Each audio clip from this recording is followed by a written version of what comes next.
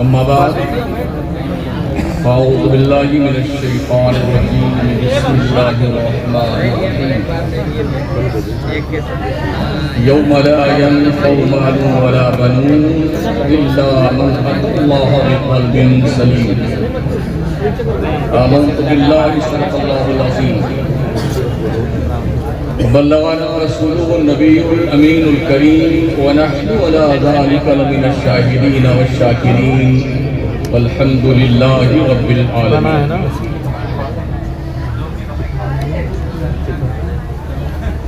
میری فیروز بختی اور سعادت مندی ہے کہ اللہ کریم نے آج یہ پاکیزہ موقع ہمیں عطا فرمایا کہ اللہ کے مقرب نبی کے آستانے پر ان کے قدموں میں آ کر کے کچھ کہنے اور سننے کا اللہ نے موقع عطا فرمایا. میں ممنون و مشکور ہوں حضور آصف ملت، نازش ملت، ہمدرد قوم و ملت حضرت علامہ شاہ سید محمد آصف میاں صاحب قبلہ فردوسی کا کہ انہوں نے یہ پاکیزہ اجلاس جو اپنے اعوان و انصار کے حوالے سے منعقد کیا ہے، اس میں مجھے کچھ کہنے کا موقع آتا ہے. شعراء کرام کی ایک لمبی فہرست بھی ہے، علماء کرام بھی تشریف فرما ہیں، سادات کرام بھی ہیں. میں کوشش کروں گا کہ اپنی معلومات کی روشنی میں کچھ مفید اور کارآمد باتیں آپ کی خدمت میں نظر کروں. جیسا کہ عزیز مکرم حضرت مولانا ساقی تنویری صاحب نے فرمایا، مجھے تقریر کے بیچ میں جو لوگ نعرے بہت لگاتے ہیں مجھے پسند نہیں آتا ہے.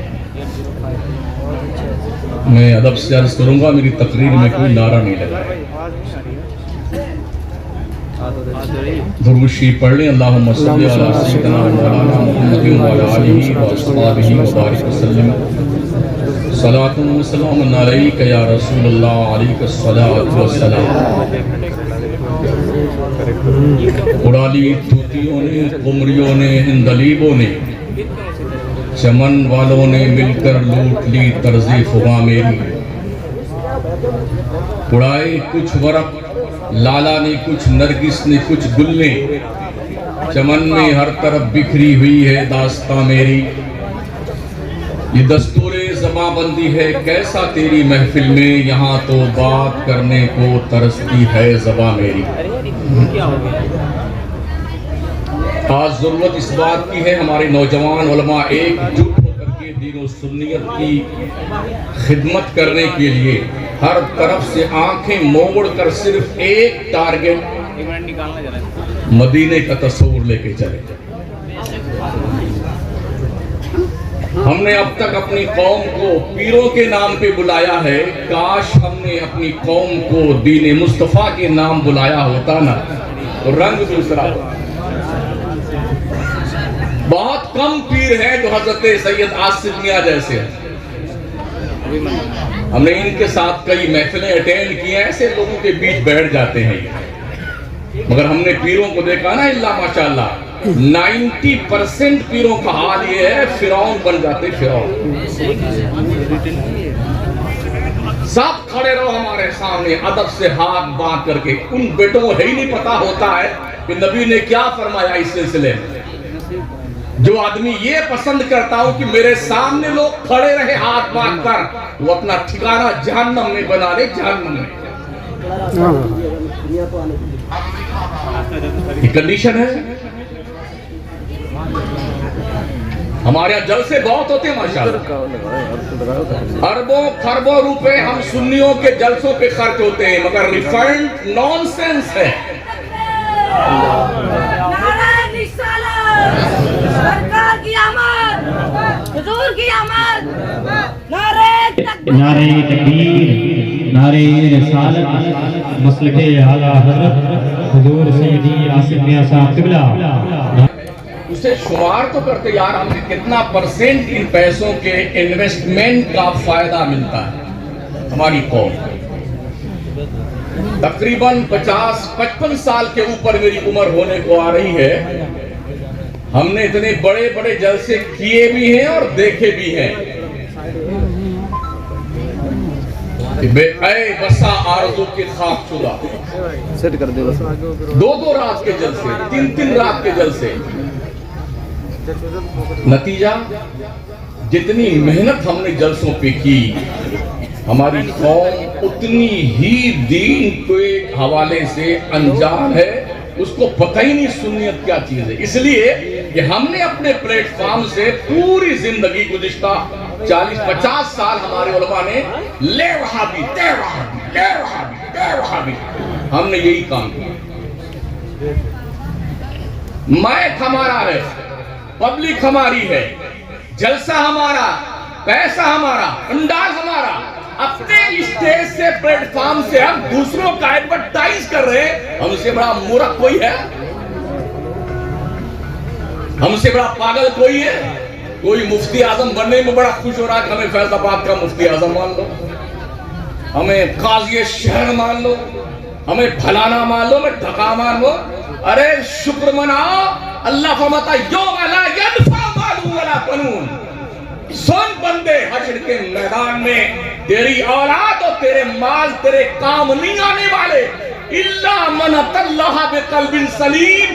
جو سلامتی کا دل لے کے اللہ کی جناب میں جائے گا, یہی کام آنے والا. ٹٹولو اپنے دل کو, کیا یہ دل سلامت ہے؟ کیا اس دل میں خدا کی محبت کے جلوے بستے ہیں؟ کیا یہ دل مصطفیٰ پیارے کے عشق و محبت کی آماجگاہ ہے؟ کیا اس کنڈیشن میں ہمارا دل اور ہم ہے کہ دل کے آئینے میں ہے تصویر یار, جب ذرا گردن چھپائی دیکھ لی. ہم بھی فیض آباد میں کبھی جلوس کے موقع پہ کھڑے تھے چوک میں, ہمارے نوجوان بچے کیا پٹیاں باندھ کے, ہری ہری, لال لال, گلابی گلابی.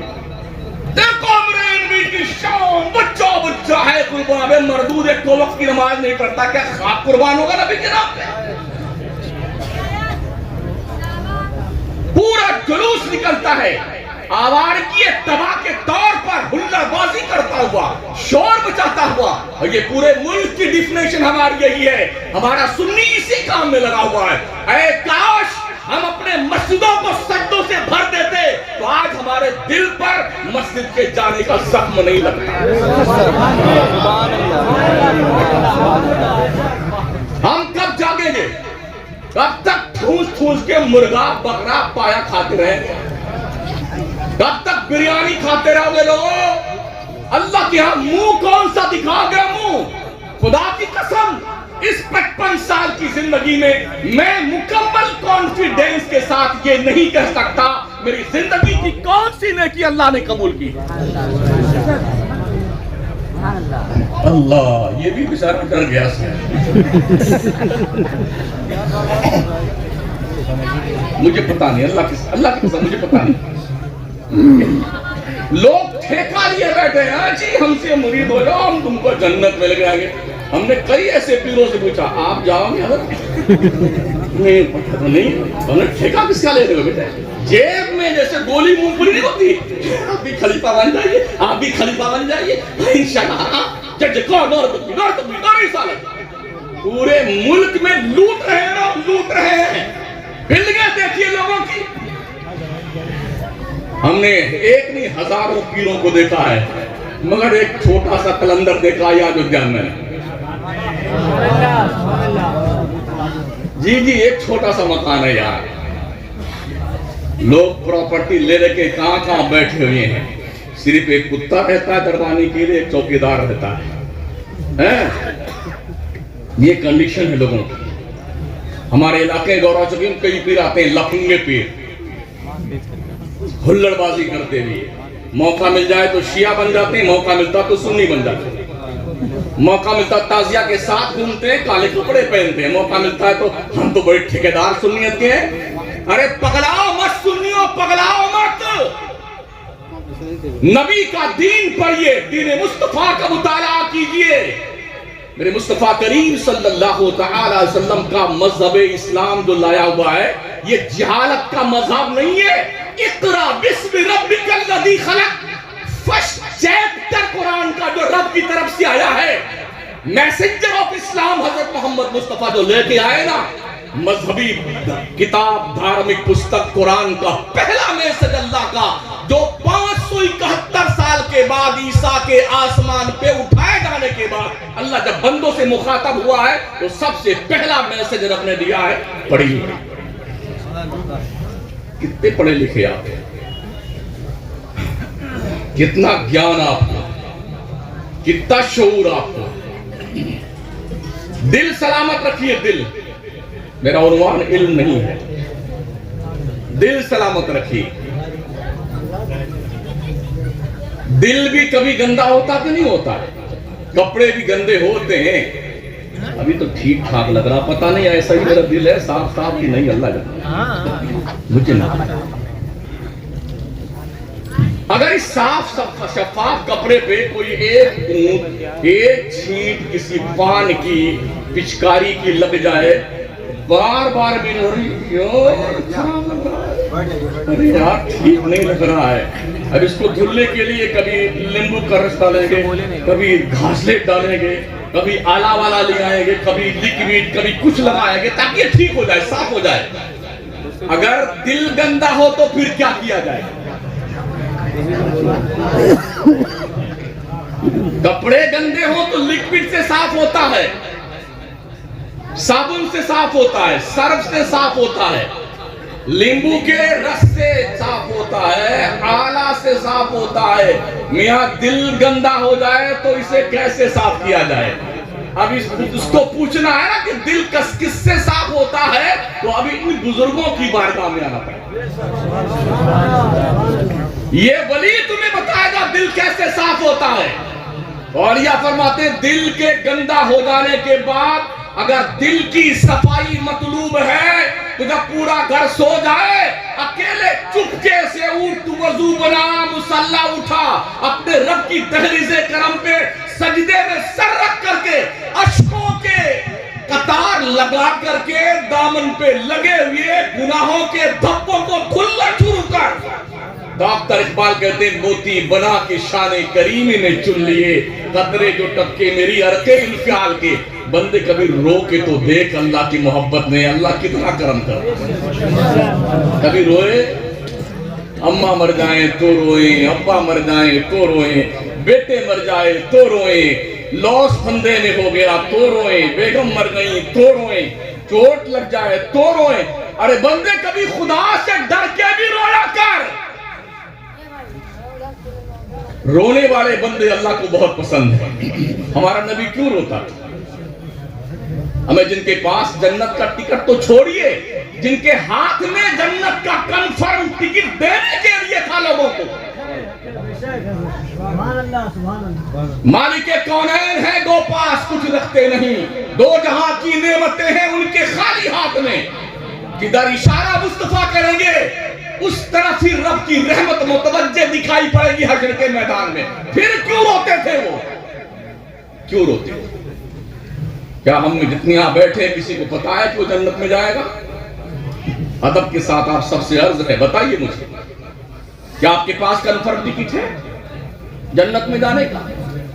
اللہ کی رحمت سے توقع لگا رکھی ہے، اگر انہوں نے بخش دیا تو بیڑا پار ہے۔ اگر ہمارے ساتھ عدل کیا گیا تو اتنا ٹوٹے جائیں گے نا، نہ ٹوپی کام آئے گی، نہ پجامہ، نہ کرتا، نہ جبہ، نہ داڑھی، نہ کچھ، اتنا مارے آگے کی عقلیں ٹھکانے لگ جائیں گے نا۔ حضرت بایزید بستامی سے بڑھیا نے پوچھا تھا، حضرت یہ میرا گدھا دیکھ رہے ہیں؟ کہاں دیکھ رہا ہوں؟ بتائیے کہ آپ کی داڑھی اچھی ہے یا میرے گدھے کی پوچھ اچھی ہے؟ کیا کیا بڑھیاں بھی ہوا کرتی؟ بتائیے بتائیے حضرت، آپ بتائیے نا کہ آپ کی داڑھی اچھی ہے یا میرے گدھے کی پونچھ اچھی ہے۔ اچھا ہم سے کوئی کہہ دے نا یہی بات، اتنا ماریں گے نا شکل بگاڑ دیں گے اسے مار مار کر۔ مگر یہ اللہ والا کیا کہتا ہے؟ بوڑھی ماں، اگر بایزید ایمان پہ مرا، اگر بایزید ایمان پر مرا تو اس کی داڑھی تیرے گدھے کی پونچھ سے لاکھوں گنا اچھی ہے۔ اگر بایزید کا خاتمہ ایمان پر نہ ہوا تو تیرے گدھے کی پونچھ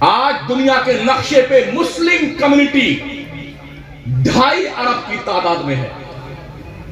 پوری دنیا کی انسانوں کی تعداد 7.5 ارب ہے. اس میں سے 2.5 ارب مسلمان بستا ہے دنیا کے نقشے پہ. گویا کہ دنیا کا ہر 5واں ویکتی مسلمان ہے اور ہر 5واں مسلمان مخبر اور دلال ہے. قوم کی مخبری کرتا، دلالی کھاتا، مردود، بے حیا، بے غیرت، بے شرم. او قوم کے دلالی کرنے والوں، اللہ کی جناب میں جب تمہیں کھڑا کیا جائے گا نا، اور اللہ جب سے تم پوچھے گا اس کا حساب دے اپنی زندگی کے ایک ایک لمحے کا، جب تک بندہ اپنی زندگی کے ہر لمحے کا حساب نہیں دے لے گا، فرمایا گیا اسے پیر اٹھانے کی اجازت نہیں دی جائے گی. کیا سمجھتے ہیں آپ کہ وہ دنیا کی کوئی پولیس ہے کہ 100 روپیہ دکھا دو آنکھیں پھیل رہی؟ جائیے قانون توڑ دیجئے، کسی کو جان سے مار دیجئے، پہلے ہماری توڑ بھر دیجئے، مزہ آ جائے کوئی بات نہیں. لیکن یاد رکھو خدا کی بارگاہ عدالت وہ بارگاہ عدالت ہے الرحمن علی العرش استوى. اللہ رحمان جب کرسی عدالت پر استوا فرمائے گا جیسا کہ اس کی شان کے لائق ہے، اس نے فرمایا کلا ان الانسان لیطغی ان رآہ استغنی ان الی ربک الرجعی. ہاں انسان سرکش ہو گیا، باغی ہو گیا، بدماش ہو گیا. کیوں؟ اس نے اپنی آپ کو بے نیاز سمجھا. میرا کوئی کیا بگاڑے گا، میرا کوئی کیا کر لے گا. اللہ کہتا پگلے تیرے کو پتا نہیں ہے، ان الی ربک الرجعی، تجھے تو پلٹ کر کے تیرے رب کی طرف آنا ہے. اللہ جب حساب لینے پہ آئے گا نا، کس کے مائی کے لال کے اندر ہمت ہے جو اللہ کو حساب دے سکے. وَاتَّقُوا يَوْمًا تُرْجَعُونَ فِيهِ إِلَى اللَّهِ. بندے ڈر اس دن سے جس دن اللہ کے جناب میں تیری پیشی ہونے والی ہے. اندھیرے میں جرم کرنے والوں، آنکھیں بند کر کے حرام خوری کرنے والوں، رات کے کالی کوٹھری میں بیٹھ کر کے تنہائیوں میں جرائم کا ارتکاب کرنے والوں، کیا تم یہ سوچتے ہو کہ کوئی دیکھ نہیں رہا ہے؟ اللہ سے پوچھو. رب فرماتا 29واں پارہ وَأَسِرُّوا قَوْلَكُمْ وَاجْهَرُوا بِهِ إِنَّهُ عَلِيمٌ بِذَاتِ الصُّدُورِ. تو چاہے چپ کے بول، چاہے زور